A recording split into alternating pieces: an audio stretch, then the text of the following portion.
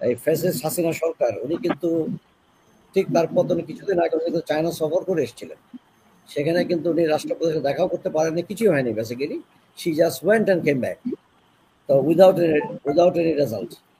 তো এখানে আমি বলবো যে প্রতিটা ক্ষেত্রে ডক্টর ইউনূস আমাদের বাংলাদেশের ইমেজ একটা অনন্য উচ্চতা নিয়ে গেছেন।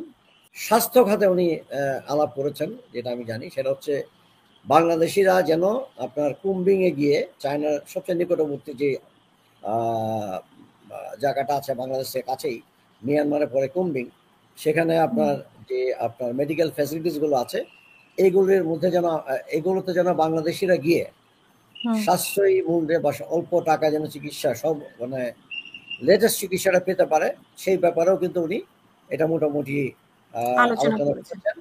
আমাদের অন্তর্বর্তীকালীন সরকারের যে প্রধান উপদেষ্টা ডক্টর মোহাম্মদ ইউনূস, উনি যে সফরে গিয়েছেন চীনের আমন্ত্রণে, তো এবং ওনার যে এই 4 দিনের যে ওনার যে সফরটা 27 থেকে 29 মার্চ মনে হয়, আমি if I am not wrong, এটাই শিডিউল ছিল। এবং এর মধ্যে ওনার বেশ কয়েকটা 26 to 28 ওটা কালকে উনি ফেরত আসবেন। জি জি জি 29 আমি বললাম, 26 থেকে শুরু হয়েছে 27। তো এখানে ওনার প্রথম প্রথম যে মিটিংটা হওয়ার কথা হচ্ছে বাউ সম্মেলন, যাদের ইনভাইটেশন উনি গিয়েছেন। তো সেটা আমরা সবাই দেখেছি যে উনি যে ধরনের বাংলাদেশের তো এখানে যে কটা ওনার এই জায়গায় বক্তৃতা দেওয়ার কথা ছিল সে বক্তৃতা দিয়েছেন উনি। এবং ওনার বক্তব্যের মাধ্যমে বিভিন্ন দেশ থেকে আপনার অত্যন্ত উঁচু লেভেলের the ministers, head of the governments এবং যারা যারা জয়েন করেছে, তো তারা প্রত্যেকে ওনার বক্তব্যকে স্বাগত জানিয়েছেন। এবং উনি এখানেও কিন্তু 3-0 নিয়ে কথা বলেছেন। অ্যাচিভমেন্টটা হলো যে এখানে ওনার যে বক্তব্যের মাধ্যমে উনি যে সমস্ত পয়েন্ট তুলে ধরেছেন, সেই পয়েন্টগুলোকে সবাই গ্ল্যাডলি অ্যাকসেপ্ট করেছে এবং প্রত্যেকেই ওনার আহ্বানে সাড়া দিয়েছেন।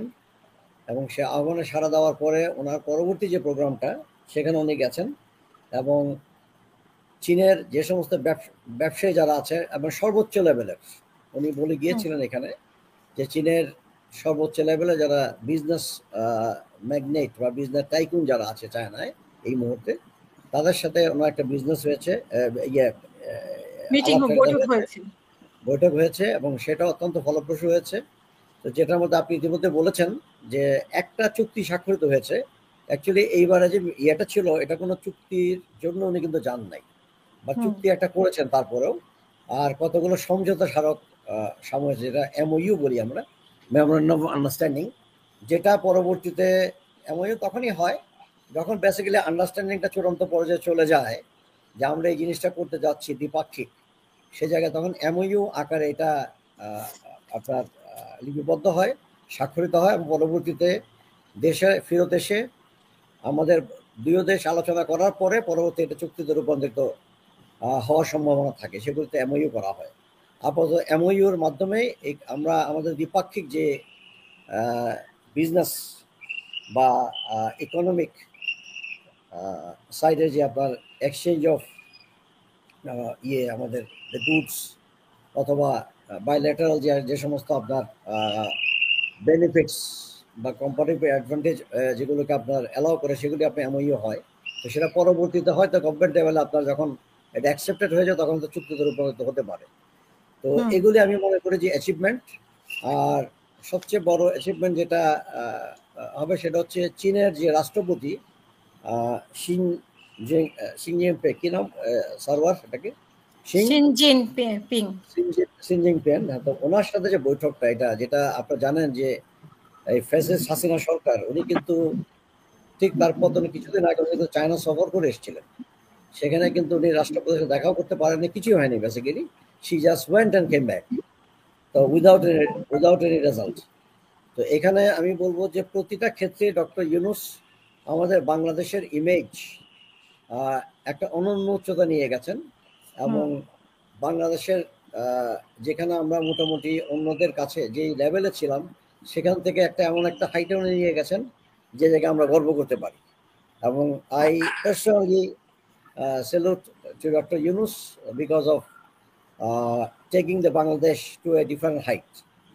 তো এটার বিস্তারিত কোনো কিছু যেহেতু এখানে জানিয়ে যাওয়া হয়নি আগে যে উনি অ্যাকচুয়ালি কোন কোন বিষয়ে আলোচনা করবেন, উনি শুধু বলেছেন আমি এই জায়গায় একটা সম্মেলনে বক্তৃতা দিবেন, বিজনেস টাইকুনদের সাথে এক্সচেঞ্জ অফ ভিউজ করবেন এবং প্রেসিডেন্টের সাথে দেখা করবেন। বাট ওনার কিন্তু সম্পূর্ণ জিনিসটা কিন্তু এটা কিন্তু ফলোভাবে প্রকাশ করা হয়নি। চুক্তিও যে স্বাক্ষরিত হবে এই সম্বন্ধে কিন্তু কোনো ধারণা দেওয়া হয়নি। যতটুকু আমরা জানতে পেরেছি আপনার সংবাদ মাধ্যম, প্রিন্ট এবং ইলেকট্রনিক, বেসিক্যালি ইলেকট্রনিক মিডিয়ার মাধ্যমেই যেটা আমরা পেয়েছি, সেখান থেকে আমরা দেখেছি যে একটা চুক্তি স্বাক্ষরিত হয়েছে আর বাকি 8টা ব্যাপারটা এক্সাক্ট আমি বলতে পারছি না, বাট সমঝোতা স্বাক্ষর হয়েছে এমওইউ।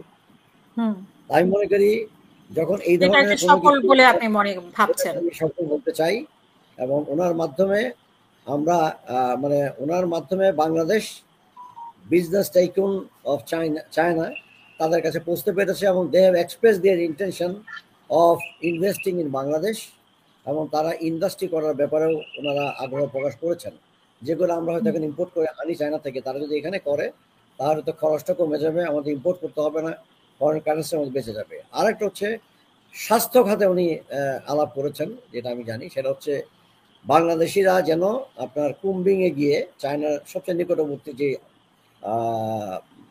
জায়গাটা আছে বাংলাদেশের কাছেই, মিয়ানমারের পরে কুম্বিং, সেখানে আপনার যে আপনার মেডিকেল ফ্যাসিলিটিসগুলো আছে এইগুলোর মধ্যে যেন এগুলোতে যেন বাংলাদেশিরা গিয়ে সাশ্রয়ী মূল্যে বা অল্প টাকা যেন চিকিৎসা সব মানে লেটেস্ট চিকিৎসাটা পেতে পারে, সেই ব্যাপারেও কিন্তু উনি এটা মোটামুটি আলোচনা করেছেন এবং এটা দে এগ্রি টু সাপোর্ট বাংলাদেশ এবং সর্বনিম্ন বা যত কম মূল্যে এটা পাওয়া যায় সেটা তারা প্রোভাইড করবে। সেই সাথে আরেকটা উনি অ্যাপ্রোচ করেছেন বাংলাদেশেও যেন একটা তারা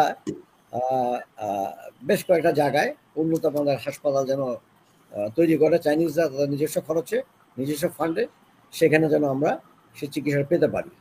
তো এটা হয়তো আমরা আগামীকালের মধ্যে আমরা ক্লিয়ার হয়ে যাব যে উনি এক্স্যাক্টলি কি কি কোন কোন বিষয়ে আলোচনা করেছেন এবং সেগুলোর মধ্যে কোন কোন বিষয়গুলো থেকে আমাদের বেনিফিট হবে, এটা হয়তো আমরা আগামীকাল। আমি আপাতত এতটুকু বলেই থামতে চাই।